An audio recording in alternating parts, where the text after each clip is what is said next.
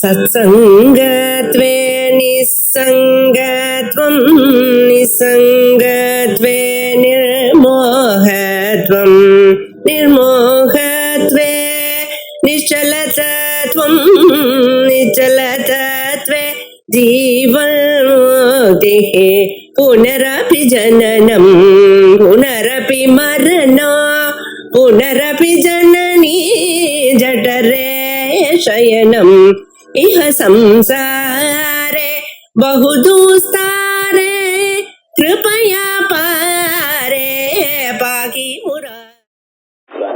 ஸ்தோத்திரத்துல 225வது நாமா மகா யோகேஸ்வரேஸ்வரி. மகா சித்திங்கிற நாமாவில பல சித்திகள் சொல்லப்பட்டிருக்கு. அந்த சித்திகள்லாம் அணிமாதி சித்திகள் பிரசித்தமாக நாம் உலகத்துல அப்பொழுது கேட்டுக் கொண்டிருக்கோம். அது இல்லாம பல சித்திகள் காந்தாதி புராணங்கள்ல சொல்லியிருக்கு. அத்தனை சித்திகளுக்கும் மூல காரணமாக இருந்து அவைகளை பக்தாளுக்கு கொடுக்கக்கூடியதாக அம்பாள் இருப்பதனால் அம்பாளுக்கு மகா சித்தி அப்படிங்கிற ஒரு பேர் வந்ததாக பார்த்தோம். அதற்கு பிறகு மகா யோகேஸ்வரேஸ்வரி அப்படிங்கிற நாம. யோகேஸ்வராளுக்கெல்லாம் ஈஸ்வரி. யோகம் சாதாரணமாக மறைந்தது. அந்த யோகங்களுக்கெல்லாம் ஈஸ்வராள் பகவத் அனுகிரகத்தினால யோக சாமர்த்தியத்தையும் யோக சக்தியும் பெற்றவா. அந்த யோகேஸ்வராள் இருக்காள அவளுக்கெல்லாம் ஈஸ்வரியா அம்பாள் இருக்கா. அப்படின்னா அம்பாளுடைய அனுகிரகத்தினால்தான் மனுஷாளுக்கு யோகமானது கிடைக்கிறது. நாம் இந்த யோகம் எனக்கூடியதான பதத்தை பல அர்த்தங்கள்ல பிரயோகம் பண்ணிட்டு இருக்கோம். யோகம்னு சொன்னா என்ன அர்த்தம்? நிறைய காசு வரக்கூடியதான யோகம். இதுதான் லோகத்துல பார்த்துட்டோம். உனக்கு நல்ல யோகம் பாய்ப்ப அப்படிங்கிற இந்த யோகம்னு என்ன அர்த்தம்? சந்தோஷமான காலம் அப்படிங்கிற அபிப்பிராயத்துல யோகம்ங்கிற ஒரு பதப்பிரயோகம் லோகத்துல இருக்கு. இந்த பதப்பிரயோகத்துக்கு மூல காரணமானது ஜோதிஷ் சாஸ்திரம். அந்த ஜோதிஷ் சாஸ்திரத்துல ராஜயோகம் இப்படிப்பட்டதான பல யோகங்கள், கஜகேசர் யோகம், இப்படி யோகங்கள்லாம் இருக்க. எந்தெந்த கிரகங்கள் எங்கெங்க இருந்தால் எந்த ஸ்தானத்துல இருந்தா என்ன இன்னொரு கிரகத்தை பார்த்தால் ஏற்படக்கூடியதான சம்யோகத்துக்கு யோகம் இருக்கு. அங்கே யோகம்னா என்ன அர்த்தம்? கிரகங்களுடைய சம்யோகம், கிரகங்களுடைய பார்வை.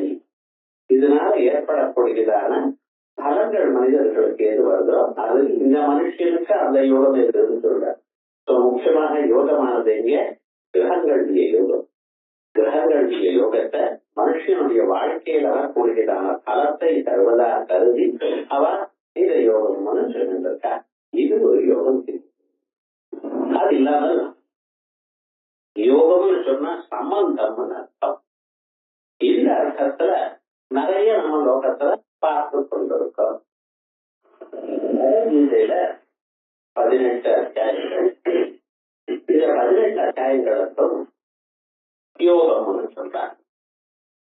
முதல் அத்தியாயத்துல அர்ஜுன விஷாத யோகம். அர்ஜுனுடைய அழுகையே ஒரு யோகமா இருக்கு. அழுகை ஒரு யோகம் இருக்கு. அர்ஜுன விஷாத யோகம்னு சொன்னா அர்ஜுனுடைய அழுகை யோகமா? ஆமான்னு. ஏன்? அர்ஜுனன் தான் யுத்த களத்துக்கு வந்து கல்யாணமாயா காரியம் அஸ்மின்றான முக்கியமே. இந்த யுத்த களத்தில் யாரோட நான் யுத்தம் பண்ணணும் அப்படின்னு ஆரம்பிச்சு அந்த பகவானை கேட்டதுமே பகவான் அவள்னா பஸ்தியா, இவள யாரோட யுத்தம் பண்ணணுமோ அவளை பாருன்னு சொல்றார். பகவான் பாருன்னு சொன்னதுனால பார்க்க வேண்டியதை பாருங்க. இந்த உலகத்துல பார்த்துட்டு இருக்கேன், யுத்தத்தை பார்த்துட்டு இருக்கேன், ராகத்வாட்டாதிகளோட கூடினவாழ பார்த்துட்டு இருக்கேன். இதை பார்த்து உனக்கு பிரயோஜனம் இல்லைப்பா. அந்த கேள்விகள் இவாழ பார்த்தாச்சு. இது மாதிரி பார்க்க வேண்டியதை பாருங்க. இந்த பார்க்க வேண்டியதை பாருன்னு சொன்னதுமே அவனுக்கு மனசு எதுவும் உண்டாச்சு, வைராக்கியம் உண்டாச்சு. அந்த வைராக்கியம் உண்டதுனால நான் யுத்தம் பண்ண மாட்டேன்னு யுத்தம் புதுசாக ஆரம்பிச்சாச்சு யுத்தத்தை. அதுக்காகத்தான் யுத்த களத்துக்கு வந்திருக்கான். அதுக்கப்புறம் இவாளோட யுத்தம் பண்ணினா இவாள்லாம் பிராணம் விட்டா ஸ்திரீகள்லாம் அனாதைகளாயிருப்பா. பாஷ்ணேய ஜாயத்தே வர்ணதங்கரா சங்கரோ நரகாயைவ குலக்னானாம் குலஸ்கேச்ச இப்படின்னு ஆரம்பிச்சு ரொம்ப கவலைப்பட்டு எனக்கு ஒண்ணும் தெரியல ஆகையா சிஷ்யஸ்தேக்கு சாதிமாம் பிரபந்தம் நான் உமக்கு சிஷ்யன் ஆயிட்டேன், எனக்கு நாங்கள் உபதேசம் பண்ணுங்க அப்படின்னு ஆரம்பிச்சு அவனுக்கு வைராக்கியத்தை உண்டு பண்ணி அந்த வைராக்கியத்தினால சிரவணத்துக்கு அதிகாரியா ஆக்கியிருக்கு. ஆகையால் தான் முதல் அத்தியாயத்துக்கு அர்ஜுன விஷாத யோகம்னு, அதற்கு பிறகு 2ஆம் அத்தியாயத்துக்கு சாங்கிய யோகம்னு, 3ஆம் அத்தியாயத்துக்கு கர்மயோகம்னு, 4ஆம் அத்தியாயத்துக்கு கர்ம சன்னியாச யோகம்னு, 5ஆவது ஞான கர்ம சன்னியோக யோகம்னு, 6ஆம் அத்தியாயத்துக்கு ஆத்ம சம்யம யோகம்னு, 7ஆம் அத்தியாயத்துக்கு ராஜவித்யை இப்படி வரிசையா பிரகதி யோக யோகம்னு, 8ஆவது அத்தியாயத்துக்கு அக்ஷர யோகம்னு, 9ஆவது அத்தியாயத்துக்கு ராஜவித்யா ராஜபக்தி யோகம்னு, அப்புறம் விபூதி யோகம்னு 10ஆவது அத்தியாயத்துக்கு 11ஆம் அத்தியாயத்துக்கு மேல இருக்கக்கூடியதான அவளுக்கு விஸ்வரூப சந்தர்சன யோகம், அதுக்கப்புறம் 12 பக்தி யோகம், 13 அதுக்கு மேல இருக்கிற கஷேத்திரக்கு விபாக யோகம், 14ஆவது அத்தியாயத்துக்கு விசேஷமாக அவளுக்கு அந்த தெய்வ சம்பத் விபாக குணத்திரை விபாக யோகம், இப்படி இந்த வரிசையே எல்லா யோகங்களும் சொன்னார். இந்த யோகங்கள்ல என்ன சொல்றது, அந்தந்த அத்தியாயத்துல இருக்கக்கூடியதான பொருளோட சம்பந்தப்பட்டிருக்கு. அந்த ஜீவனுக்கு அங்க இருக்கக்கூடியதான அந்த பொருளோட ராஜவித்யா ராஜகோக்கிய யோகம்னா அங்க ராஜவித்யா ராஜகோக்கிய சொல்லி இருக்கு, அதனால யோகம். இப்ப எல்லாம் பாருங்க, முதல்ல யோகம்னு சொன்ன கிரகங்களுடைய சங்கயோகத்தை யோகம்னு சொன்னேன். இப்ப யோகம்னு சொன்ன என்ன சொல்லியிருக்கேன், அங்க இருக்கக்கூடியதான சப்ஜெக்ட் மேட்டர் வஸ்துவோட அங்க இருக்கக்கூடியதான அந்த அர்ஜுனனுக்கு ஒரு யோகம் சொன்னேன், யோகம் சொன்னேன். இன்னொரு இடத்துல பகவான் சொல்றார் சம்வித்யா துக்க சங்கயோக வியோகம் யோக சம்கீதம். அப்ப வியோகத்துக்கு தான் யோகம்னு பேர்.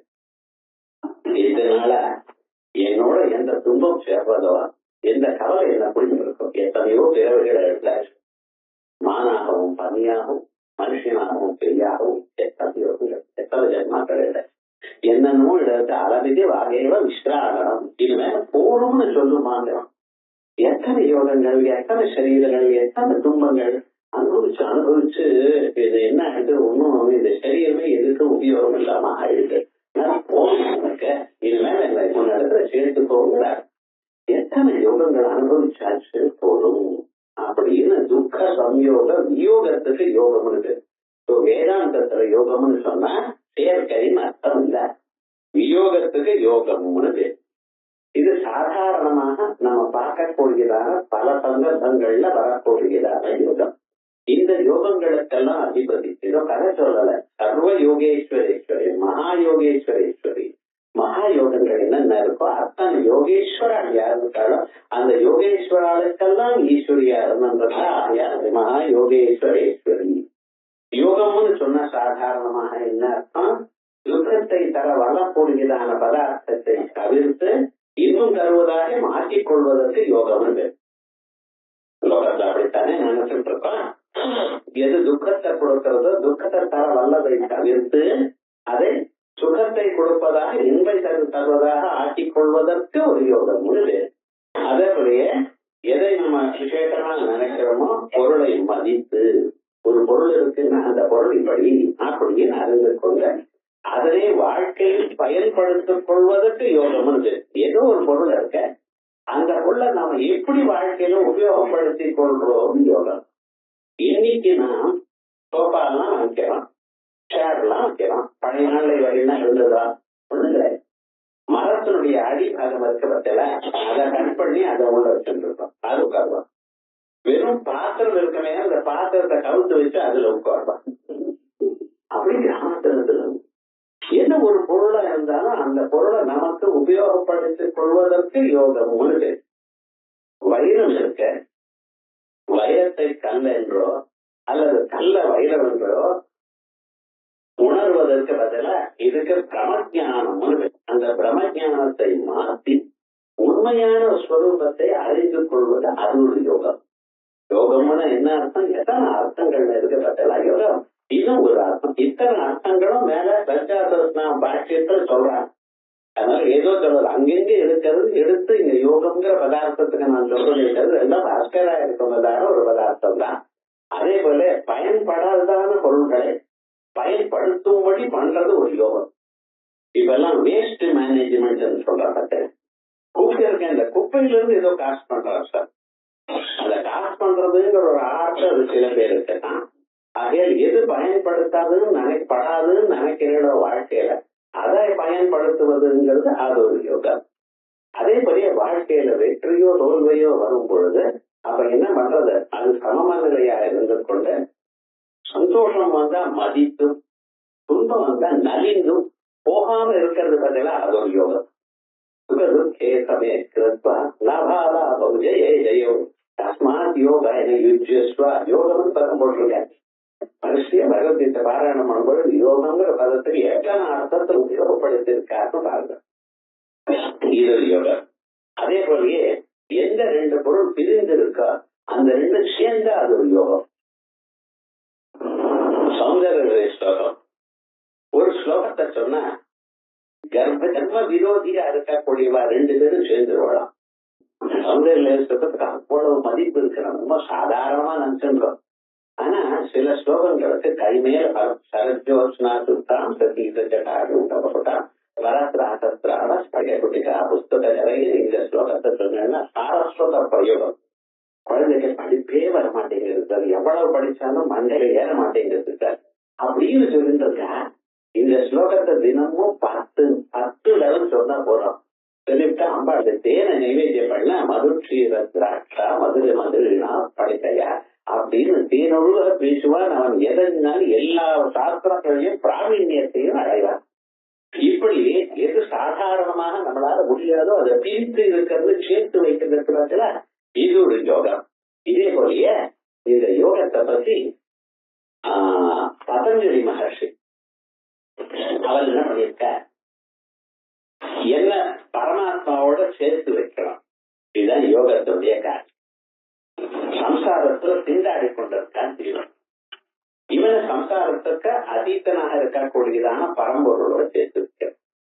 நமக்கு 1000 தொல்லைகள் இருக்க வாழ்க்கையில. அதுக்காக வாழ்க்கையை விட்டுருன்னு சொல்ல முடியுமா? விடலைய ஆசை போகலையே இந்த சரீரத்துல. அப்பதான் வாழ்க்கையும் வேணும், அந்த வாழ்க்கையில துன்பம் மட்டும் போகணும். எனக்கு துன்பத்தோட வியோகம் வேணும், பரம்பொருளோட சமயோகம் வேணும். இதற்காக என்ன பண்ணணும்? அப்ப இனிமேல எவருக்கு வாக யமுனா தீரே அவாவா தான் அவாவா காரியத்தை பண்ணிட்டோம். யமுனா தீரத்துக்கு போனேன்னா அந்த நிக்குஞ்சங்கள்ல கிருஷ்ணனை நீங்க தேடுங்க. தேடுறார் வீராஸ்கர் தேடுறார். 2 கண்ணும் இல்ல, போயிடுங்க கிருஷ்ணனை தேடுறார். எங்க இருக்கானோ கிருஷ்ணன், எங்க இருக்கானோ கிருஷ்ணன் இப்படி இருக்கானே, அவன் கண்ணு தான் இல்லையே, என்ன பண்ண போறேன்னு நான் தேடிக்கிறேன். ஒன்னா தொட்டுட்டே போறேன்.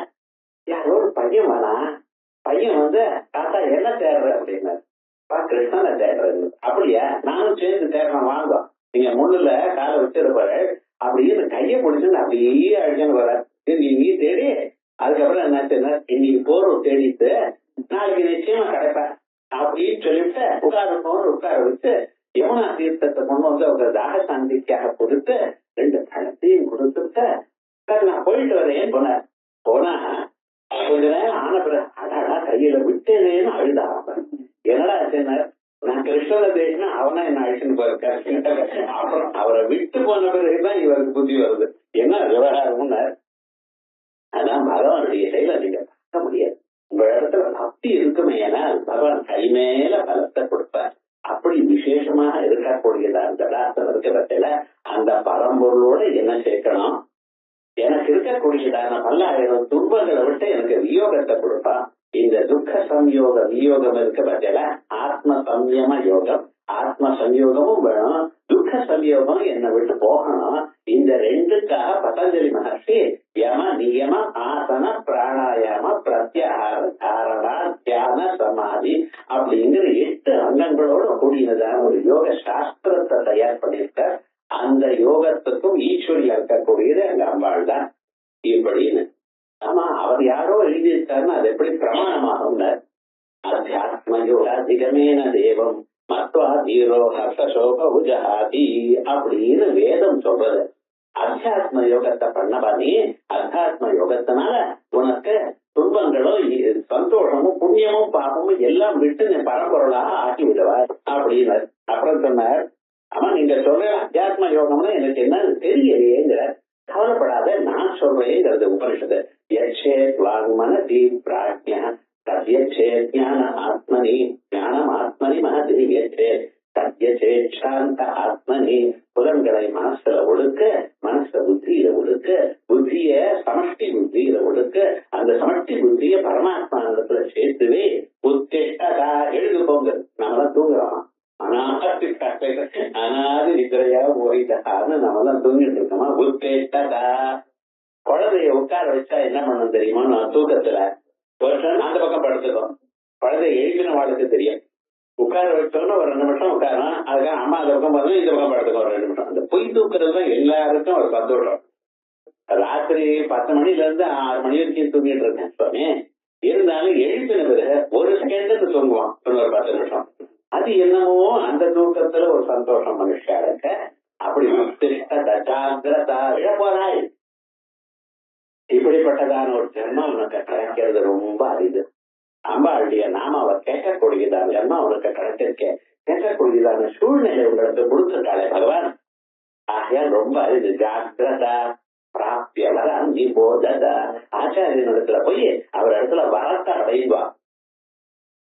சுரஸ்ய தாரா நிஷிதா துரத்யா கம்பதோ வதந்தி அப்படின்னு இது கட்டி மனையில நடக்கிற போலப்பா. ஆகையால் இது ரொம்ப பத்திரமா இருக்கணும். இந்த ஜென்மாவில் உங்களுக்கு ஆத்ம சாட்சா்காரம் கிடைக்கும்படி நான் அனுகிரகம் பண்றேன் அப்படின்னால மகா யோகேஸ்வரேஸ்வரி அப்படின்னு இந்த விசேஷமான இந்த யோகம். அதுக்கப்புறம் இன்னொரு விஷயம் பாஸ்கர ரொம்ப அழகா சொல்லியிருக்கேன். யோகம்னு சொன்னா ஒரு செயலை அது எப்படி அதிகமாக ஒரு பலத்தை நமக்கு தருகிறதோ அப்படி பண்ணிக்கொள்றது யோகம்னு பகவத்கீதையில சொல்லும் பொழுது, கர்மா இருக்க அந்த கர்மாவானது சாதாரணமாக எவ்வளவு பலத்தை கொடுக்கணுமோ அந்த பலத்தை விட அதிகமான பலத்தை கொடுக்கும்படி நாம் பண்ணிக்கொள்வது பார்த்தீங்களா, அதுக்கு யோகம்னு பேர். உங்க சயின்ஸ் பாஷையில மெக்கானிக்கல் அட்வான்டேஜ் யோகா சொன்ன கொஞ்சமா இருந்தாலும் இன்புட் செயல் கொஞ்சமா இருந்தாலும் அதனுடைய பலமானது அதிகமா இருந்தா மெக்கானிக்கல் அட்வான்டேஜ் இருந்தா அதுக்கு நம்ம சாதாரணமா யோகம்னு சொல்றோம். இந்த யோகத்தை பகவான் சொல்றார், யோக கர்மசு கௌசலம். யோகம் என்னதுன்னா கர்மசு கௌசலம். நீங்க கர்மாவை பண்ணும் பொழுது அதை குசலமாக ஒரு பண்ணக்கூடியதான கர்மா. நாளைக்கு ஒரு தினம் பகவத்கீதை பாராயணம் பண்ணுறோம். யோகத்துக்கு எத்தனை இடவர்கள் பகவான் கொடுத்திருக்கார் பார்ப்போம். இத்தனையும் பகவான் கீதையில கொடுத்திருக்கார், இத்தனையும் பாஸ்கரர் சொல்லியிருக்கார் அந்தந்த இடத்துல. அப்படிப்பட்டதான யோகங்களுக்கெல்லாம் அதிபதியா இருக்கக்கூடியவள் அம்மா. கர்மாவானது இப்பொழுதுமே நீங்க செஞ்சீங்கன்னா செய்யற வரைக்கும் உங்களுக்கு சுவாதந்திரம் இருக்கும். இஷ்டம் தான் கர்மாவை பண்ணுங்க, இல்லைன்னா கர்மா பண்ணாம இருக்கும். எனக்கு என்ன சொன்ன கர்மாவை பண்ணாம இருக்கணும், ஒரு கர்மாவும் பண்ணாம உங்களால இருக்க முடியாது. நகி கஷ்டி கடமதி ஜாது திஷ்டது. ஒரு கர்மா உங்களால பண்ணாம இருக்க முடியாது. ஆகையால் கர்மாவை பண்ணித்தானே ஆகணும் நீங்க. ஆனா எந்த கர்மா சொல்றேனோ அந்த கர்மா பண்ணினா பண்ணலாம், பண்ணாம இருக்கலாம், பண்ணாம வேற விதமாகவும் பண்ணலாம். அதை நீங்க பண்ணலாம். ஆனா கர்மாவை பண்ணிவிட்டேன்னு வச்சுங்களேன், அதுக்காக அந்த கர்மா பணம் எனக்கு வேண்டாம், நான் தெரியாம பண்ணிவிட்டேன், வேணா நீங்க எடுத்துங்கோ, இதெல்லாம் ஒண்ணும் சொல்ல முடியாது. கர்மா பண்ற வரைக்கும் தான் உங்களுக்கு சுவாதந்திரம் இருக்க. கர்மா பண்ணியாச்சுன்னா அதுக்கப்புறம் அதனுடைய விளைவை அனுபவித்துத்தான் ஆகணும். எவ்ரி ஆக்ஷன் ரியாக்ஷன், அதை ஒன்று சொல்ல முடியாது, அனுபவிச்சுத்தான் ஆகணும். அது எப்ப பலத்தை கொடுக்கறதுனா அதுவும் தெரியாது. கர்மா பண்ற வரைக்கும் தான் உங்களுக்கு சுவாதந்திரம் இருக்கு. கர்மாவுடைய பலம் எப்ப வரும், எந்த ஜென்மா வரும், எப்படி வரும் பண்ண முடியாது, அதான் அனுபவிச்சுதான். அதனால அவசியம் போக்தவ்யம் ஜென்ம கோடி சதைரவி. எத்தனை கோடி ஜென்மாக்களானாலும் நீங்க அந்த கர்ம பலத்தை அனுபவிச்சுத்தான் ஆகணும். அத பரமேஸ்வரன் போனா இந்த பக்கம் அந்த பக்கம் மாற்ற மாட்டார். ஏன்னா அவர் தான் சொல்லி வச்சிருக்கார். கர்ம பலத்தை மாற்றப்படாதுங்கிறது அவர் தான் சொல்லியிருக்கார். அவரே மாத்துவார. அவர் விவகாரம் என்னன்னு, கர்மா பண்ற வரைக்கும் தான் உங்களுக்கு பவர் இருக்க, ஃப்ரீவில்லுக்கு அது ஒரு கண்டிஷன் இருக்க. ஆனா ஒண்ணு சொல்றேன், எந்த கர்மாக்கள் உங்களை பந்திக்கிறதோ, உங்களுக்கு மறுபடியும் சம்சாரத்துல கட்டி போடுறதோ, அதே கர்மாக்களை நீங்க ஈஸ்வரார்ப்பண புத்தியா இந்த கர்மாக்கள் எல்லாம் நலனுக்காக செய்கிறேன், இந்த கர்மாக்களுடைய பலம் எனக்கு தேவையில்லை, எனக்குரியதான எண்ணத்துல நீங்க பண்ணேன்னு வச்சுக்கிறேன்.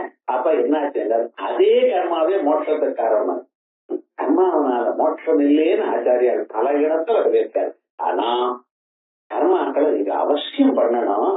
பண்ணும் பொழுது எப்படி பண்ணணும், பலத்தை பகவானுக்கு அர்ப்பணம் பண்ணி விடுங்க, ஈஸ்வர அர்ப்பணமாக பண்ணுங்க. நான் பண்ணுகிறேன் எனக்குடையதான எண்ணத்தோட பண்ணாதுங்க. தங்கம் தெக்வா ஆத்ம சுத்தையே, தங்கம் தெக்வா அட்டாச்மெண்ட் இல்லாம நீங்க பண்ணினா ஆத்ம சுத்தையே சித்த சுத்தியே, சித்த சுத்திக்கு ஏற்படுறது அம்பாளுடைய இதுல வந்து உட்காரலாம். அதனால அம்பாளுக்கு என்ன பேரு, மகா யோகேஸ்வரேஸ்வரி. இப்ப பாருங்க, கர்மாக்கள் ஒண்ணுதான். அந்த கர்மாவை எப்படி நீங்க பண்றீங்களோ அந்த எண்ணம் ரொம்ப முக்கியம். எல்லாரும் தான் கர்மா பண்றோம், எல்லாரும் சஹஸ்ரநாமம் வாசிக்கிறோம், எல்லாரும் பூஜை பண்றோம். ஆனா சில பேருக்கு பலம் வருது சார், சில பேருக்கு பலம் வரல. அம்பாளுக்கு பட்சபாதம் உண்டு ஒருத்தர்.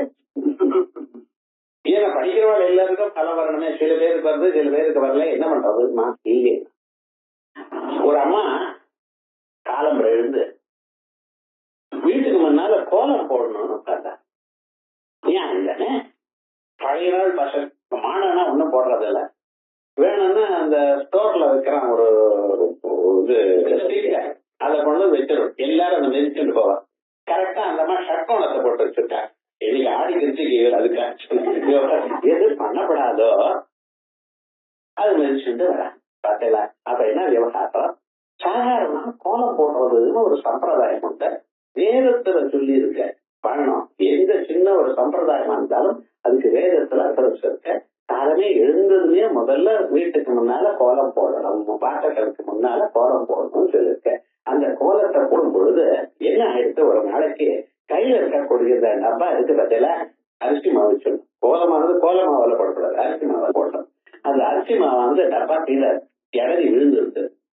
அந்த அம்மா பார்த்தா அது எடுக்கணும்னு பாக்குறா, எடுக்கணும்னு பார்த்தா ரொம்ப எடுக்க முடியல, கொஞ்சமா தான் இருந்தது அரிசி மாவை, சரின்னு விட்டுட்டா. என்னாச்சுன்னா எறும்புகளுக்கு நல்ல ஆகாரம் கிடைக்கிறது. அடுத்ததாக என்ன பண்ணீங்கன்னா, அந்த அரிசி மாவை கொண்டு வந்து அந்த எறும்புகள்லாம் எதுக்கு பார்த்தா புத்து வச்சிருக்க அதுக்கு மேல தூவினான். எதற்காக, இந்த அரிசி மாவு ஏதோ சரியா இல்ல, நம்ம வேற மாவு வாங்கிப்போம், இது எறும்புகளுக்கு ஆகாரமா இருக்கட்டும்னு தூவினான். இன்னொரு அம்மா என்ன பண்ணினா, அதே அரிசி மாவட்டா அதே எறும்புகளை தான் போட்டா, என்ன ஐடியால போட்டா தெரியுமோ, இந்த எறும்புகளுக்குள்ள அம்பாள் இருக்காளோ இல்லையோ, ஆகையால் அந்த வழியாக அம்பாளுக்கு நான் சமர்ப்பிக்கதா இருக்கட்டுமேன்னு சொல்லிட்டு போட்டா. இப்ப 3 பேருக்கும் அரிசி மாவு ஆயிடுத்துங்கிறது சமானம். அரிசி மாவு செலவாயிடுச்சேன் போட்டால 3 பேருக்கும் சமானம் தான். ஆனா முதல்ல போட்டா பார்த்தேடா இடறி விழுந்துருச்சு, அது எடுக்கணும்னு பார்த்தேன், என்னால அது எடுக்க முடியல, சரி போனா போட்டோம் தொலைணும் அப்படின்னு போட்டான். ஆனா அடுத்த மாவு என்ன பண்ணினா, பூத சமரட்சணத்துக்காக பூத சௌகிருதம் அவெல்லாம் சாப்பிட ஏதோ கொஞ்சம் அரிசி மாவு இருக்கு, அதை போட்டா என்ன எறும்புக்கு சௌக்கியமா இருக்கட்டும் அப்படிங்கிற எண்ணத்துல போட்டா இந்த அம்மாவுக்கு முன்னால் இருக்கிறவாடைய விட அதிகமாக 10 மடங்கு பலம். அது வேறு அதே அரிசி மாவை அதே எறும்புகளுக்கு தான் போட்டா, ஆனா இந்த எறும்புகளுக்கு போடும்போது அந்த